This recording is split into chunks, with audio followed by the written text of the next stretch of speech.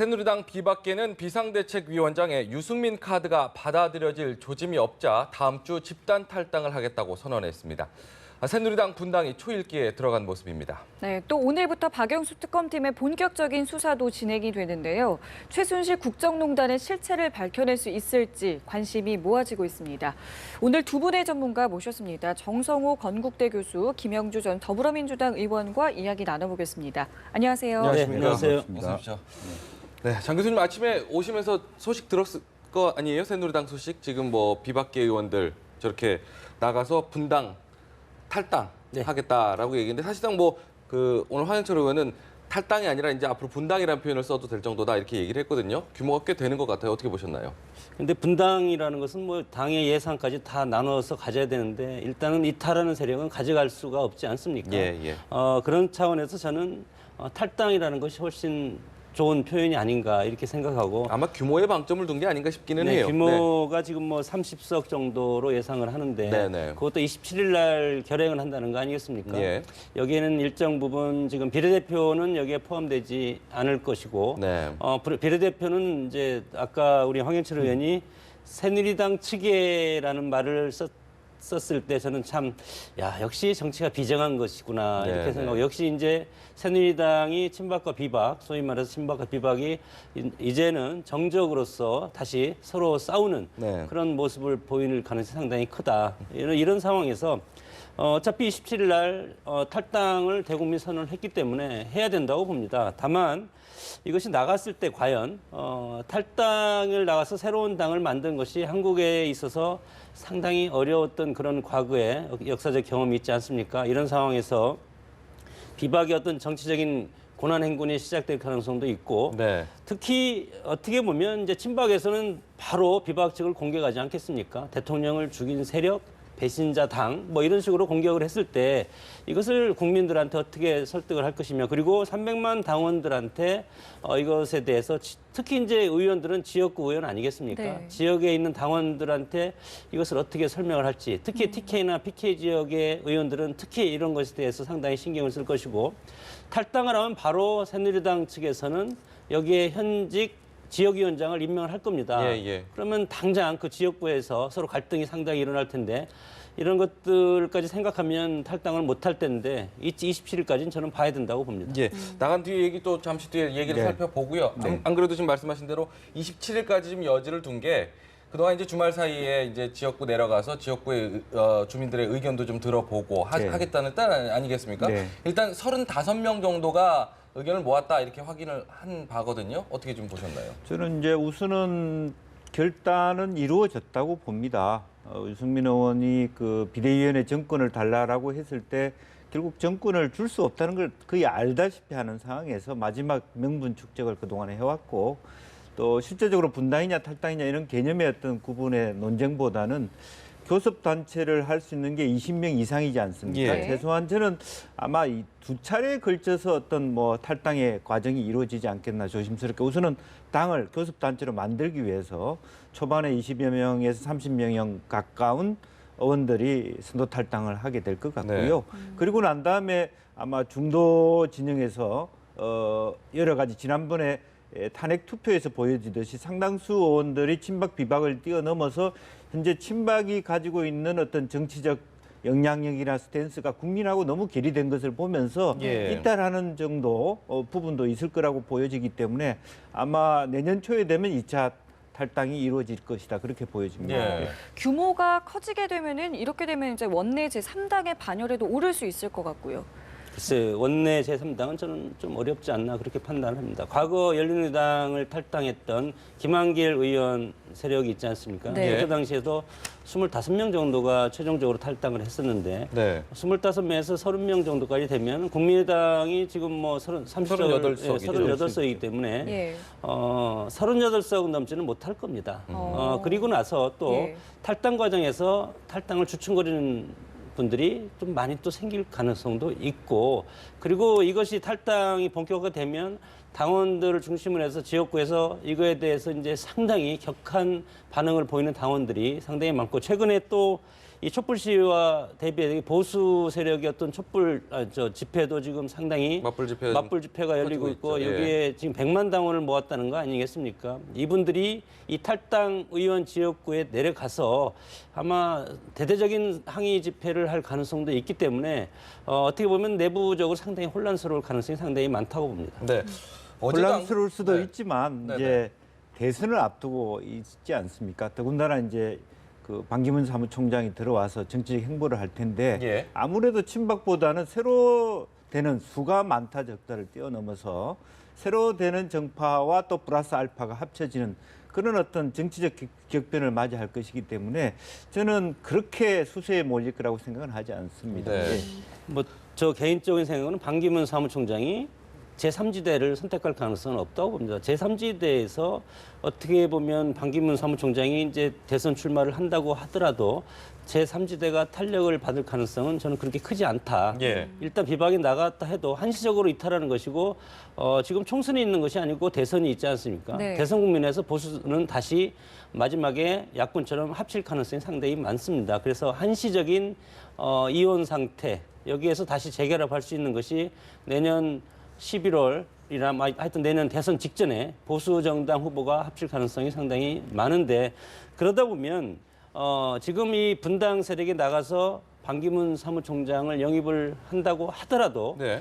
지금 가장 중요한 것은 민주당의 문재인 대표와 가장 대척점에 있는 세력이 누구인가 보수 정체성을 가지는 결사체 중에서 이런 것을 봤을 때 제3지대에서 예를 들어서 뭐 여러 부류가 이렇게 해가지고 이합집산 과정을 거치지 않겠습니까? 그런 것은 이 짧은 시기에 하기에는 상당히 어렵고 그리고 구체적으로는 당원들을 움직여야 되는데 이런 것이 상당히 어렵기 때문에 저는 참 주시하고 싶습니다. 이 비박계 의원들이 나가서 네. 어느 정도 보수 지형을 양분해서 그들의 어떤 정치 세력을 정말 국민들한테 어필할 수 있는 정체성 그리고 당의 강령 그리고 대선 후보 이런 것을 일사천리로 할 수가 있는 건지 여기에는 기존에 남아있던 새누리당이 강하게 압박할 가능성이 상당히 있기 때문에 이것을 헤쳐나갈 수가 있는 건지 그건 저는 이제 정치력을 한번 두고 보고 싶습니다. 글쎄요. 지금 일단 뭐 의원들의 면면, 지역구들을 좀 한번 살펴봐야 되겠는데 아직 제가 뭐 정확하게 지역구까지는 다 파악하진 못했지만 TK 지역에서는 아무래도 이제 좀 어려운 부분이 좀 있었겠죠. 유승민 전 원내대표 같은 경우도 마지막까지 고민했던 부분이 아마도 지역 그렇습니다. 민심 여론 예. 이것 때문에 그랬을 텐데 네. 나머지 지역은 그 상대적으로 좀 그 부분에서 참 자유롭지 않을까 그러니까 이런 생각이 들더라고요. 지난번에 그 탄핵 가결표 분석을 해보면 수도권, 네. 그다음에 부산 이런 쪽은 상당히 그 대통령과 거리두기가 좀 자유로운 것 같습니다. 네. 그래서 상대적으로 아까 말한 비례대표는 아예 상정이 될 수 없는 것이고. 예. 그래서 그쪽- 오히려 지금 출당을 좀 요청을 했잖아요. 네네. 사실 출당시켜 달라라고. 네, 네네. 이제 그런 상황인 것 같고요. 네네. 뭐 그런 면에서 더군다나 또 국민의 80%가 탄핵을 그 지지했다. 그리고 네. 새누리당의 당원조차도 30%가 대통령 탄핵에 대한 찬성이 있다라고 하는 것은 예. 대구 경북 지역조차도 흔들리고 있다. 특히 최근의 여론조사로 보면 대구 경북의 정당 여론조사조차도 1위를 못 하고 있지 않습니까? 예, 예. 새누리당이 예. 이제 그런 부분들이 아까 우리 장 교수님도 일정한 타당성은 있어요. 당원들 간의 갈등 또 기존의 새누리당을 지켜왔던 보수 세력의 결집이 낳은 갈등이 있을 수 있지만 예. 그러나 지금 현재 국민 전체의 정서로 봤을 때는 과연 그런 보수의 결집이라고 하는 것이 얼마나 지역민들에게 동의를 받을 수 있을까? 예. 그는 아직까지 좀 살펴봐야 될 지점인 것 같습니다. 새누리당의 이제 친박계와 비박계는 저는 똑같은 책임을 공유해야 된다고 봅니다. 이렇게 봤을 때 누가 누구한테 돌을 던질 수는 없고 국민들한테는 이미 새누리당이 대통령이 배출한 정당이기 때문에 일단은 15% 10%까지 지지율 나라고 다시 이제 반등하고 있지만 그러나 지금은 정치적인 책임을 질 때지 새로운 어떤 계파 갈등이라든가 이런 걸 할 시기는 저는 아니었다고 보는데 일단 탈당을 결행을 했다면 네. 이제는 저는 이제 대통령의 선택이 중요하다고 봅니다. 반기문 사무총장이 들어오면서 대통령이 새누리당을 탈당해서 소위 말해서 친박 세력이 남아있는 새누리당을 어떤 보수 정당의 어떤 그 원리로서 만들기 위해서 대통령이 탈당을 해줄 가능성도 있고 네. 이 사이에 반기문 사무총장이 대통령의 그 탈당을 한 그 빈 자리를 메꿀 가능성도 저는 있다고 봅니다. 네. 네. 자, 그리고 정진석 전 원내대표도 탈당을 고민하고 있다고 하는데요. 이게 어떻게 좀 가능성이 있다고 보시는지요? 글쎄요, 뭐 그동안의 행보로 봐서는 사실은 중립지대에 있었기 때문에 그렇죠. 본인이 굉장히 조심스러울 것 같고요. 자기가 갖고 있는 지역적 특성도 보면 반기문 총장과 여러 가지 뭐 일을 들어서 탈당을 하더라도 네. 선도 탈당 쪽보다는 굳이 탈당을 만약 결행한다면 2차 탈당 쪽으로 갈 가능성이 저는 높다 그렇게 보여집니다. 네. 그런데요, 혹시 이제 저는 또 궁금한 게 사실은 이 탈당 결행하는 과정에서도 김무성 전 대표와 유승민 전 원내대표의 입장도 조금씩은 좀 미묘하게 좀 차이가 좀 있지 않았습니까? 먼저 이제 탈당을 좀 적극적으로 했던 게 김무성 전 대표라면 마지막까지 이제 고민했던 게 유승민 전 원내대표인데 같이 이번에 나가기로 했지만 혹시 그 사이에 어떤 미묘한 갈등들 다시 이렇게 좀 번지거나 할 가능성은 없다고 보시나요, 혹시? 김무성 전 대표 입장에서는 대권 포기 선언을 했고 다음 총선에 출마하지 않겠다고 했습니다. 지난번에 분명히. 네. 그런 상황에서 김무성 대표는 다음에 대통령을 만드는데 치중해야 될 필요가 있기 때문에 하시라도 나가서 하고 나중에 또 2차적으로 다시 대선 직전에 합칠 가능성도 염두에 두는 것 아니겠습니까? 예. 그러나 이제 유승민 의원 같은 경우는 앞으로 지금 젊고 그리고 앞으로도 계속 정치를 대구라는 지역에서 해야 되지 않겠습니까? 예. 그러면 지금 탈당을 하면 지금 탈당을 2번 하는 거 아니겠습니까? 이러면 당적을 많이 옮긴 철새 정치인의 발렬에 들어갈 가능성도 있고 이런 분은 나중에 보면 대권에 도전하기가 상당히 어려울 겁니다. 예를 들어서 중요한 대선 주자들이 자신을 중심으로 DJ는 YS처럼 자신을 중심으로 해서 30명, 40명, 50명이 모여서 당을 다시 바꾸고 합치고 하는 것은 상관이 없지만 기존의 원리적인 정당보다 소수가 이탈하면 이 이탈한 세력이 성공할 가능성은 지금까지 없었습니다. 경험적으로는. 경험적으로 없었기 때문에 과연 유승민 의원이 지금 탈당을 결행해서 소위 말해서 지금 대권 주자로서의 반열에 다시 오를 수 있을 것인가. 이것은 본인이 창조적인 파괴를 계속하면서 어떻게 보면 카리스마 있는 그런 모습을 보여줘야 되는데 제가 아는 유승민 의원은 카리스마적인 것보다도 섬세한 어떤 리더십을 보이고 있는 분이기 때문에 이런 어떤 헤쳐나가고 새로운 것을 만들 수 있는 그런 모습을 앞으로 보여주기가 상당히 어렵다고 봤을 때 네. 탈당이라는 것이 앞으로 두고두고 정치적인 리스크가 될 가능성이 상당히 많다고 봅니다. 제가 여쭤봤던 건 사실은 김무성 전 대표와 이제 유승민 전 원내대표의 어떤 그 온도차 이런 게 느껴지지 않을까 이게 네. 궁금했던 건데 말씀하신 것 얘기를 들어보면 사실 유승민 전 원내대표의 첫 번째 탈당 같은 경우는 자의적인 탈당이보다는 좀 탈당이 좀 된 경우가 아니겠습니까? 그 부분도 그렇게 같이 해석이 될까요, 그럼?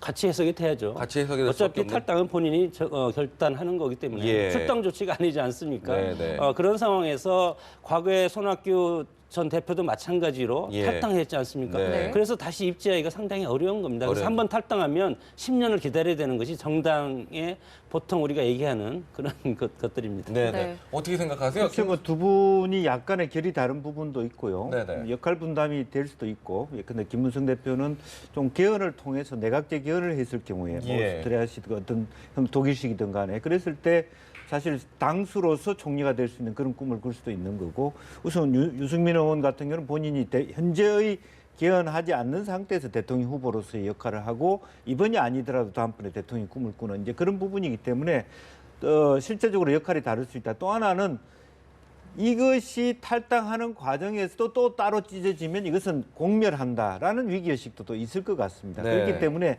지금 현재의 작은 차이들을 가지고 논쟁할 상황은 아니다. 우선 함께 가고 네. 그 속에서 이미 하신 그 스탠스라든지 발언이 있기 때문에 다시 새로운 질서를 모아내고 또 더군다나 이것으로 끝나는 길이 아니지 않습니까? 여러 가지 앞으로의 대선이 뭐 6월 달에 될지 8월 달에 될지 모르겠습니다만은 네. 그 과정에서도 여러 차례 이합 집산이 있을 것이기 때문에 이 부분의 차이는 크게 느낄 필요가 없다 그렇게 보여질 겁니다. 예. 아마. 자, 이런 가운데 이런 이야기가 나오더라고요. 그 친박계가 비박계 비대위원장 후보를 추천해달라고 했지만 실질적으로 좀 외부 인사들과 좀 접촉을 했다라는 이야기가 나오고 있습니다. 이 부분을 저희가 좀 얘기를 해봐야 될 것 같은데요. 실제적으로야 뭐 그게 무슨 지금 의미가 있겠습니까? 사실은 이미 다 결행이 됐고 그렇죠. 그런데 이제 뭐 이해창 뭐 그다음에 또 우리 그 조순영 의원님 뭐 여러 가지 그동안에 이제 보수의 원로라고 하는 분들하고 같이 스크린을 했을 가능성이 있고 예. 이미 서로 상대방이 그 제안을 할 때 그것이 100% 받아들이지 않을 것이라는 전제로 했기 때문에 이중적인 잣대를 가지고 일을 추진해 왔다 그렇게 봐야 될 것 같습니다. 네. 그 지금 어떻게 되면 어쨌든 뭐 새로 이제 남은 새누리당 남은 새누리당이라고 표현하기는 그렇지만 어쨌든 탈당하고 기존의 새누리당 같은 경우는 네.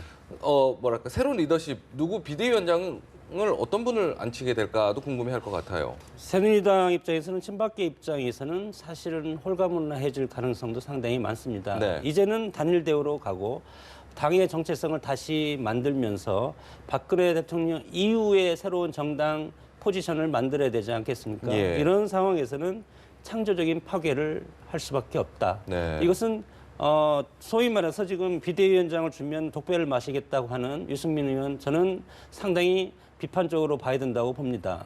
비대위원장을 본인이 요구한다는 것 자체가 네. 그것은 저는 문제가 있다고 보고 어차피 이제 탈당을 하기 때문에 친박 입장에서는 제3의 세력 그리고 밖에 있는 분 예를 들어서 민주당의 조순영 전 대표라든가 한화갑 전 대표라든가 이런 상대당 출신들의 정계 원로들을 네. 들여다가 새누리당을 정말 국민들한테 새로운 국민 정당으로 만들지 않으면 앞으로 보수 정당의 원류는 상당 부분 흔들리고 대선에서도 패배할 가능성이 상당히 많을 뿐만 아니라 그리고 보수 정당을 지지하는 당원들한테도 이것은 있을 수 없는 그런 어떤 패착을 그런 신뢰를 범하는 거기 때문에 지금부터 이미 27일 이후에 탈당이 이제 결행이 된다면 보수 정당으로서 새누리당은 창조적 파괴를 할 수 있는 그런 대대적인 당의 혁신 작업에 들어가야 된다고 보고 네. 여기에는 당명도 바꿔야 된다고 저는 봅니다. 네.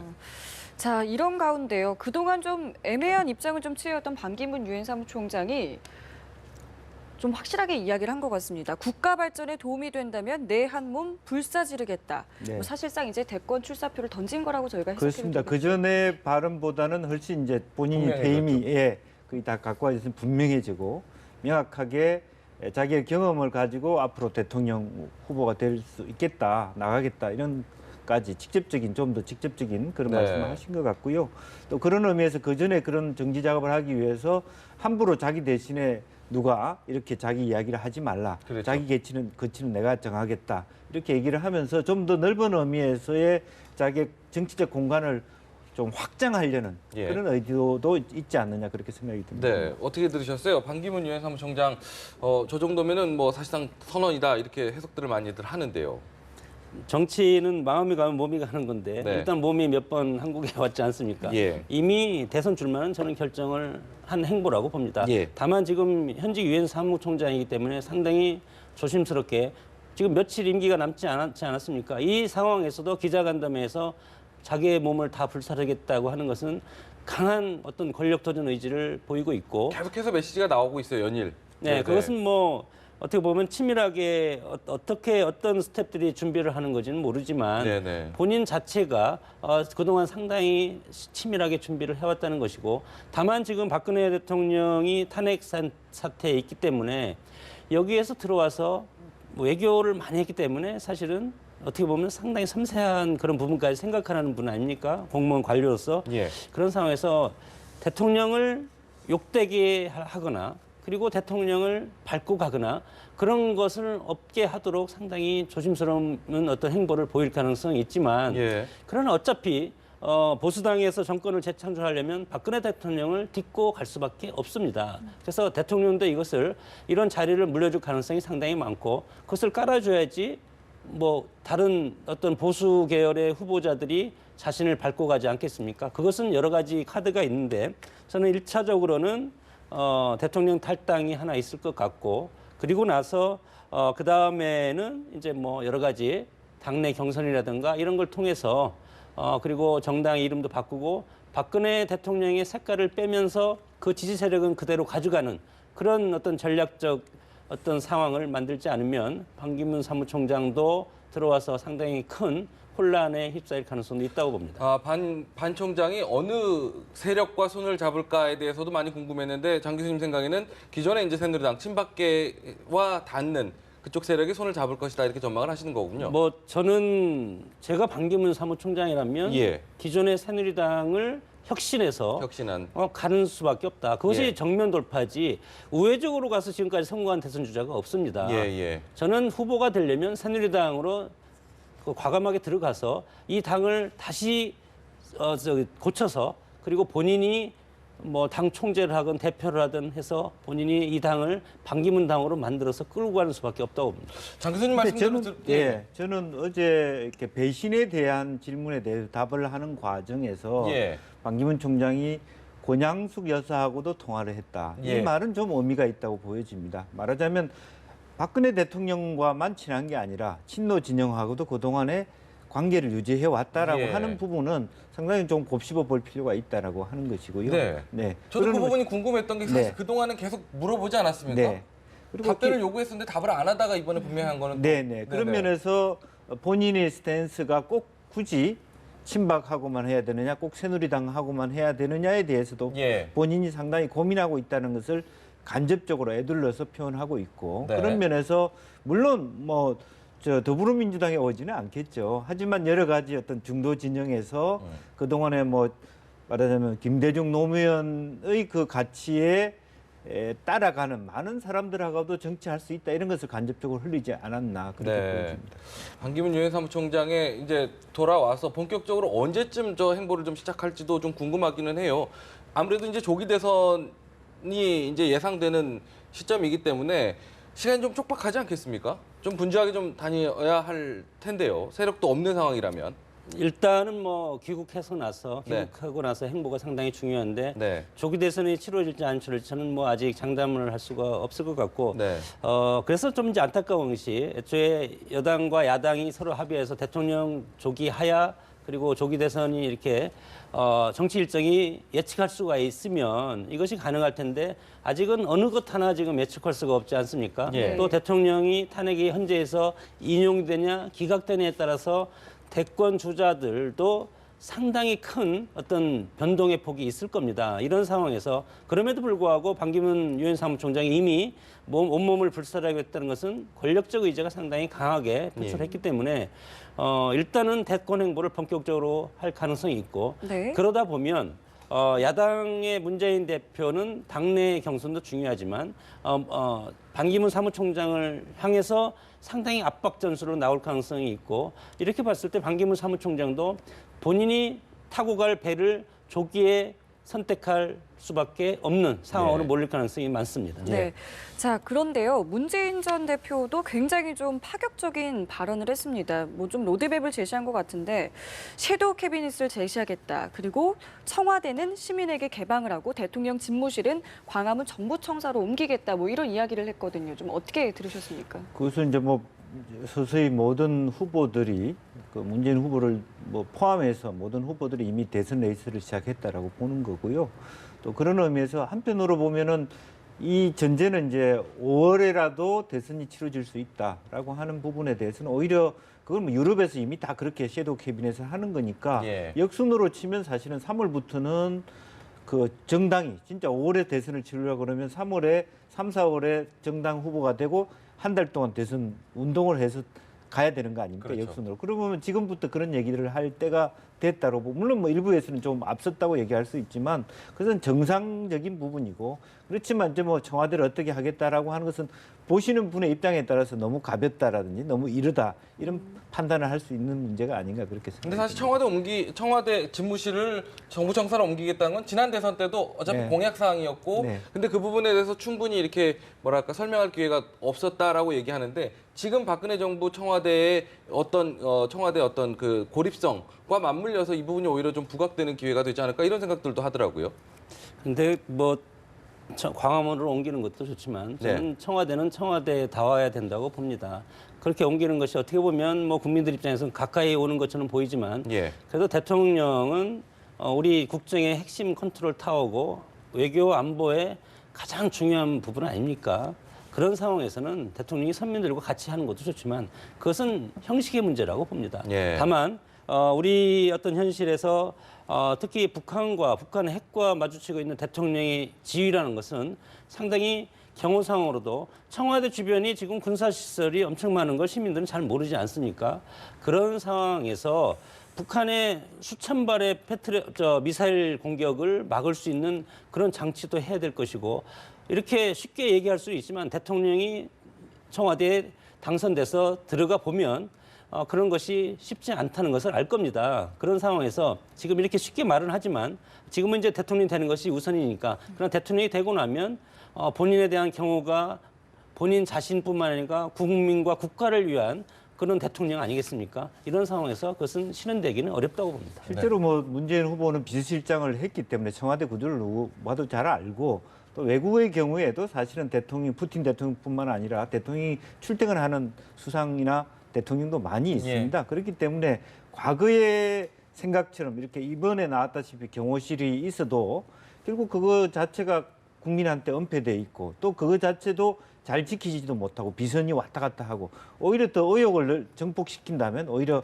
공개하고 핵심적인 부분 아까 뭐 장 교수님 말씀하신 대로 정말 국가 안보를 위해서 중요한 것은 그대로 뭐 보호를 하되 그러나 오픈할 수 있는 국민과 함께 할 수 있는 개방할 건 가감히 개방하고 또 사실은 뭐 조심스러운 얘기지만 청와대 특가 별로 안 좋다 이런 얘기도 없지 않아 있어 왔거든요. 있었죠. 그래서 네. 그런 것은 개인의 후보의 얘기를 하기보다는 국민 전체 의견을 물어서 그렇게 한번 해볼 수도 있겠다 생각이 듭니다. 저는 이제 섀도우 캐비넷과 관련해서도 한 가지 김 의원께 좀 궁금한 게 사실은 섀도우 캐비넷을 한다고 했을 때 유권자들 입장에서 국민들의 입장에서 이 후보가 어떻게 만들어 나갈 계획이구나라는 걸 볼 수 있어서 좀 긍정적인 부분이 있다라고 생각을 하는데 근데 막상 이제 하는 사람 입장에서는 조직이 필요한데 섀도우 캐비넷을 딱 어느 정도 공개해버리고 나면 싱크탱크 많이 있었던 사람들도 혹시 떨어져 나가지 않을까 오히려 마이너스가 되지 않을까 이렇게 우려하는 부분도 있더라고요. 글쎄 어떻게 아직까지 문화로 정착이 되지 않는 상태에서 그야말로 전략과 전술로 보면 마이너스 될 수도 있는 부분인데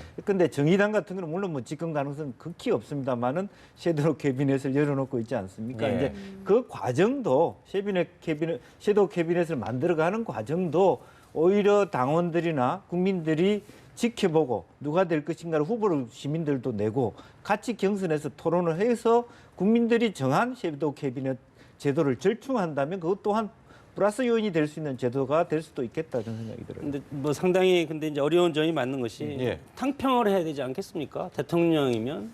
그런데 섀도우 캐비넷 하다 보면 상대방 사람을 끌어다가 우리 내각에 합류시키겠다고 하는 것이 대통령의 어떤 컨트롤 타워로서 여당과 야당 전 국민의 대통령으로서 모습을 보여주는 것인데 현재 우리 대통령 중심제 하에서는 섀도우 캐비넷은 1차적으로는 검증 문제가 또 있을 것이고 예.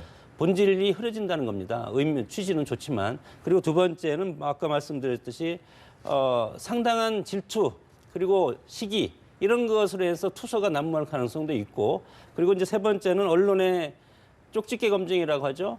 이런 것들이 난무할 가능성이 있다. 의혹이 의혹을 나서 의혹으로 휩싸여가지고 섀도우 캐비넷 자체가 완전히 무너질 가능성도 있고 그리고 중요한 것은 이제 탕평 문제 이런 것들이 있기 때문에 이것은 우리가 뭐 내각제 국가가 아니기 때문에 상당히 어렵다고 봅니다. 네. 네. 자, 어제 대정부 질문 이야기도 좀 해보겠습니다. 황교안 대통령 권한대행이 출석을 했고요. 야당은 예상했던 대로 굉장히 좀 강하게 밀어붙였던 모습을 보였는데요. 어떻게 좀 평가하시는지요? 우선 뭐 황교안 대통령 권한대행이 직접 나와서 국회에 출석했다는 것은 매우 잘한 일이다. 그렇게 예. 우선은 평가를 하고 있고요. 또 야당 입장에서는 뭐 여러 가지 그 한 권한대행을 모질게 질책을 했습니다만은 네. 반박한 건 반박하고 그나마도 사실은 이런 과정들이 필요하지 않느냐 생각이고 다만 근본적으로 지금 현재의 그 대정부 질의라고 하는 시스템 자체가 과연 그 국민들이 봤을 때 긍정적이냐 사실 보여주기식이나 재탕식의 어떤 질의 또 혹은 여당은 방어하고 야당은 질책하는 이런 반복적인 그런 부분들은 국민들 입장에서 굉장히 식상하고 예. 왜 저걸 오랫동안 해야 되느냐 하는 것도 이해할 수 없거든요. 사실 앞으로는 아마 국회 전체가 유럽처럼 정말 질의할 사람과 문제가 있는 사람이 둘이 만나서 해결해도 되고 네. 그것을 전국에 방송해도 되지 않습니까? 네. 본회의에 다 억지로 다 앉아서 반복되는 저도 뭐 그 자리에 있어봐서 압니다만은 네. 그 방에서 볼 수 있는 걸 갖다 억지로 앉아서 출석을 했냐 안 했냐 항상 썰렁하다 이렇게 얘기하는 것은 네. 조금 이제는 좀 극복해야 될 과제가 아닌가 그렇습니다. 어제 보면은 사실 뭐 권한대행으로서 나오니 안 나오니 얘기 많았지만은 의전도 받지 않았고요. 또 중간에 뭐 그 먼저 국군 통수를 해야 되기 때문에 먼저 나갈 수도 있었는데 마지막까지 자리를 지켰어요. 황교안 권한대행의 어떤 태도 변화라고 해야 될까요? 어떻게 좀 평가를 할 수 있을까요? 그 부분에 대해서는? 근데 대통령 권한대행 아닙니까? 물론 소탈하고 여야 협치의 모습을 보여줬고 야당이 원하는 것을 이제 들어가서 5시간의 어떤 국회 대정문 질문 기간은 거기에서 묶여 있지 않습니까? 네. 물론 뭐 이렇게 억측이겠지만 외교안보의 전 최고 지금 컨트롤 타워 아닙니까? 여기서 5시간을 거기에서 묶여 있다는 것은 저는 바람직스럽지는 않다고 봅니다. 다만 이것이 이제 야당에서 조속한 국정 안정을 하기 위해서는 야당과 대화를 해야 되는데 야당이 만나주지 않으니까 할 수 없이 국회 나와서 하는 건데 특히 우리가 지금 이제 북한과 이렇게 마주되고 있는 상황에서 안보적 위기에서는 너무 오랫동안 그리고 뭐 묻는 것을 제가 봤는데 뭐 대선 출마할 거냐 뭐 네. 이런 예, 것도 하여튼 그 신변적인 문제가 상당히 지금 차지하고 있지 않습니까? 그런 것은 좀 그 아주 귀중한 시간을 쪼개서 나왔는데 그런 것에 5시간을 잡았다는 것은 저는 조금 문제가 있다고 봅니다. 말씀하신 것처럼 이 대선 출마 가능성에 대해서는 부인을 했는데요. 어쨌든 여당에서는 좀 당분간 이렇게 황 총리, 뭐 대통령 대선 출마 가능성 띄우기 뭐 이런 것들이 계속되진 않을까라는 일각의 시선도 좀 있고요. 계속되겠죠. 그리고 또 지금 현재 권한대행이 부정한다고 해서 나중에 출마 못하는 것도 아닙니다, 사실은. 네. 그래서 그런 부분에 대해서 예. 뭐 그걸 갖고 나중에 과거에 당신이 그런 얘기를 했지 않느냐 하는 것도 사실 나중에 봐서는 아무 의미 없는 얘기가 되거든요. 네. 그래서 너무 그런 부분에 대해서 그 한 권한대행을 띄우는 것도 잘못이고 그걸 너무 미묘하게 자기가 했던 활동을 페이스북에 올리는 것 자체라 대통령 나가려고 그런 거 아니냐 이렇게 하는 것도 오바라는 것이죠. 그래서 조금 더 그야말로 아까 장 교수님 말씀하신 대로 이왕 나와 있는 걸 국민들에게 좀 의미 있는 질문으로 답변으로 가져가야 될 것 같다는 네. 생각이 듭니다. 사실은 어제는 이제 경제 분야와 관련해서 질문을 하면서 여러 가지 이제 뭐 진지한 얘기도 하고 우리 경제 위기다라고 얘기하면서 많은 얘기를 좀 했었어야 하는데 뭐 의원들의 자리도 많이 비었다 이런 점도 아쉬움으로 지적이 되고는 있습니다. 하지만 오늘 같은 경우는 쟁점이 좀 많습니다. 사드 배치 문제라든지 위안부 합의 문제라든지 국정교과서라든지 네. 박근혜 표 정책이라는 것들에 대해서도 좀 질의사항도 많을 것 같거든요. 오늘 어떻게 좀 전망을 좀 하시나요? 황교안 권한대행 스타일상 정부가 기존에 추진했던 것은 그대로 밀고 가겠다고 얘기할 수밖에 없지 않겠습니까? 또 입장을 밝혀왔고요. 그동안. 입장을 밝혀왔고 네. 야당 입장에서는 사드 배치를 다음 정권에서 하자 이렇게 하는데 이미 외교적으로 합의가 돼서 결정이 된 상황이기 때문에 예. 번복할 수가 없는 것 아니겠습니까? 다만 야당 입장에서는 이것을 정치 공세를 함으로써 물론 국민의 건강이라든가 여러 가지 문제가 있는 것은 이제 사실이지만 이거에 대해서 하는 것은 그만큼 지지층 결집하는 효과가 있기 때문에 야당에서는 뭐 사드 철회 이런 것을 계속 주장할 가능성도 있고 그러나 정부는 책임 있는 당국자로서 외교적인 관계 아니겠습니까? 그래서 외교적인 관계를 이끌어감에 있어서 이미 합의된 상황이고 이미 추진하기로 결정된 상황이기 때문에 한미 동맹 차원에서 이것은 포기할 수가 없다 이런 식으로 바뀔 가능성이 상당히 클 것 같습니다. 네. 제가 아쉬운 것은 뭐 사드 문제라든지 이런 외교적 문제는 여러 가지 그런 그 기존의 파트너가 있으니까 예. 어렵다 하더라도 그것도 사실은 정당성의 문제가 있습니다. 전 정부가 사드 문제를 정확하게 국민들과 함께 상의하면서 진행해 왔느냐 하는 부분도 있습니다만은 그것보다 더 저는 좀 쉽게 풀 수 있는 게 국정교과서 문제입니다. 이것은 많은 그 현장에 계시는 교과서 또 뭐 역사 선생님들이 반대하시고 예. 또 이미 그 이준식 교육부총리조차도 유연하게 이렇게 검증해서 체크하겠다고 하는 부분이라면 그걸 꼭 황교안 권한대행이 책임지고 이걸 기존에 그 해왔으니까 하겠다고 얘기해야 될 이유는 저는 없다고 보여집니다. 그래서 예. 부분적으로는 국정교과서 문제 같은 경우는 다시 한번 여러 가지 열어놓고 이야기할 수 이미 뭐 교육부총리가 그런 얘기를 했으니까 네. 네. 조금 유연한 스탠스를 하면서 협치하고 또 외교 문제도 어차피 트럼프 행정부가 내년 1월 중순에 새로 들어오지 않습니까? 그래서 예. 한미 간에 한미 동맹의 문제든 소파의 문제든 또 사드 배치의 문제든 새 정부가 같이 또 그로부터 5, 6개월 뒤에는 또 우리도 새 정부가 들어오니까 예. 그런 면에서 새롭게 한미 관계를 또 구축해보자 이런 부분도 나는 가능하다고 보여집니다. 예. 이제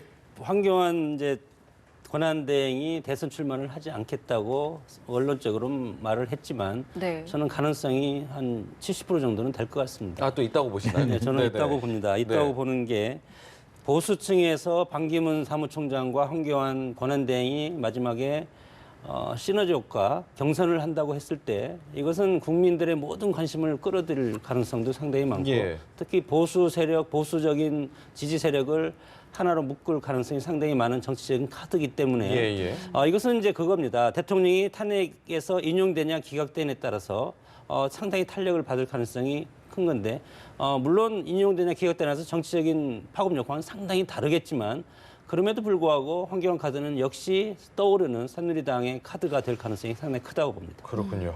알겠습니다. 자, 그리고 내일입니다. 내일 5차 청문회가 이제 진행이 되고요. 여기에 이제 우병우 전 민정수석이 출석을 하게 되는데 그동안 도대체 어디 있냐고 막 현상금까지 걸렸는데 오늘 한 언론에 이제 포착이 됐습니다. 그 정강에 있었다고 하는데요. 네. 뭐 여전히 뭐 청문회 준비를 하는 걸로 저희가 추측을 좀 해볼 수 있을 것 같았는데 좀 이해가 안 되는 건 예. 아들하고 같이 뭐 준비를 했다 그런 것도 네, 좀 네. 그렇고요.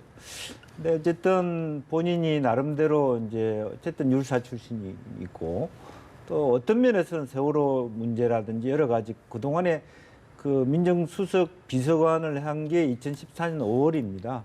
그렇기 때문에 세월호 문제, 특히 해경과에 관련된 문제부터 본인이 다 다 해왔던 걸 있죠. 알고 네. 있고 여러 가지 또 정윤회 문건 문제도 자기가 다 그 관계돼 있고 또 김기춘 실장하고의 관계도 아마 여러 가지 논의를 하면서 해왔을 겁니다. 이제 그 예. 부분에 대해서 법리적으로 어떻게 이 문제를 답변을 어떤 걸 하고 어떤 걸 하지 않고 이런 생각을 하면서 내일 어떤 그 청문회 준비를 하지 않겠나 그렇게 생각합니다. 아들 문제도 아무리 있다 보니까 아들도 같이 현장에서 포착이 된 것 같던데요, 보니까. 뭐 어떻게 어쨌건 검찰 조사, 특검 조사까지 받아야 되기 때문에 그렇죠. 1차적으로 청문회에서 발언이 끝까지 갈 가능성이 있지 않습니까? 예. 청문회에서 발언을 뒤집을 수는 없기 때문에 치밀하게 자기 보호 본능이 있는 거기 때문에 예. 검찰 조사나 특검 조사를 대비하는 것 같습니다. 예. 뭐 아무래도 뭐 특검 앞두고 이제 준비를 하는 거는 당연한 거고요. 뭐 예. 혹시라도 그 부분도 그렇지만 다른 거 한 가지만 더 여쭤보자면 청문회 그 위증 네. 논란이 지금 계속되고 있단 말이에요. 네. 점점 판이 좀 커지는 것 같은데 네. 앞으로 청문회 앞두고 또 이 부분도 계속 논란이 되겠죠. 그래서 이제 정동춘 그 K스포츠 재단 이사장이 얘기를 하는데 본인은 불려갔다라는 거고 여한윤 의원은 사실은 그런 의지는 없었다. 위정할 의미도 없었고 예.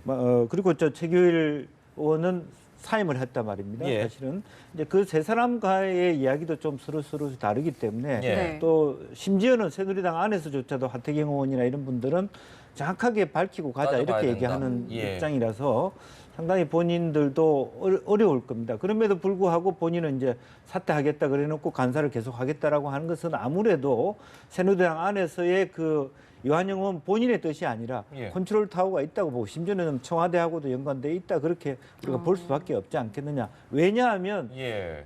전부 다 의원들이 어느 순간 태블릿 PC에 집중해서 질의를 하고 있지 않습니까? 이것이 마치 이게 굉장히 중요한 것처럼 보이는데 실제로 PC 안에 뭐가 들어있나가 중요한 것이지 예. 이게 누구가 중요한 건 아니기 때문에 의도적으로 그런 식의 어떤 국민들의 눈을 다른 식으로 돌리기 위한 그런 일정의 어떤 그 교감대를 만들어가는 거 아니냐 그런 의혹을 우리가 충분히 받을 수 있다고 보여집니다. 예. 국정농단의 핵심 키워드는 저는 태블릿 PC라고 봅니다. 태블릿 PC의 내용이 중요한 것이 아니고 물론 내용도 중요하죠. 태블릿 PC가 이동 경로가 사용하는 사람을 따라서 다니니까. 예. 그러나 애초에 태블릿 PC 주인이 다른 사람이었지 않습니까? 그런 상황에서 지금 뭐 증언, 사전 협의, 교사 이런 걸로 해서 이완영 의원을 비롯한 이제 새누리당 3명이 특조위원이 지금 뭐 사퇴하라고 야당에서 주장을 하는 것인데 예. 이것이 정말 누구 것이냐는 저는 이제 밝혀야 된다고 봅니다. 이것이 밝혀지면 대통령과의 연계성이 명확하게 밝혀질 것이고 이것이 최순실 씨 거라면 예. 분명히 이것은 국정농단의 핵심적인 증거 자료로 사용될 수가 있는 것이고 최순실 씨 것이 아니라면 대통령과 일정 부분 분리될 수가 있는 사안이기 때문에 헌재 판결에도 엄청나게 큰 영향을 끼치는 겁니다. 그래서 국조위원들도 이걸 가지고 지금 생사를 지금 걸고 서로 지금 이거에 대한 사실적인 어떤 팩트, 진실을 밝히려고 노력하고 있지 않습니까? 지난번에 뭐 박영선 의원도 또 이쪽 사람들을 뭐 만났다고 그렇게 또 이완영 의원도 얘기했고 그런 상황에서 앞으로 이 태블릿 PC가 국과수에 지금 이제 검정도 이제 신청을 해놨지 않습니까? 그것이 향후에 이것의 실질적인 주인과 그것을 밝히는 것이 저는 중요하다고 봅니다. 근데 정호성 비서관이 이미 상당수 그런 어떤 그 실질적인 어떤 국정농단에 대해서 대체로 시인했고 예. 증거를 다 낸 거 아니겠습니까? 예. 기밀 누설죄 본인 스스로 자백하고 인정하고 있는 과정에서 물론 PC의 주인공도 주인이 실제 주인이 누군가를 따져보는 것도 중요하지만 네. 실제로 실질적인 어떤 국정농단의 행위에 대해서는 분명하게 자백화 있는 입증화돼 있는 이제 그런 부분들이 더 훨씬 중요한 거라고 알겠습니다. 보였습니다. 예. 네, 두 분 말씀 여기서 마무리 짓겠습니다. 정성호 건국대 교수, 김영주 전 더불어민주당 의원과 함께했습니다. 고맙습니다.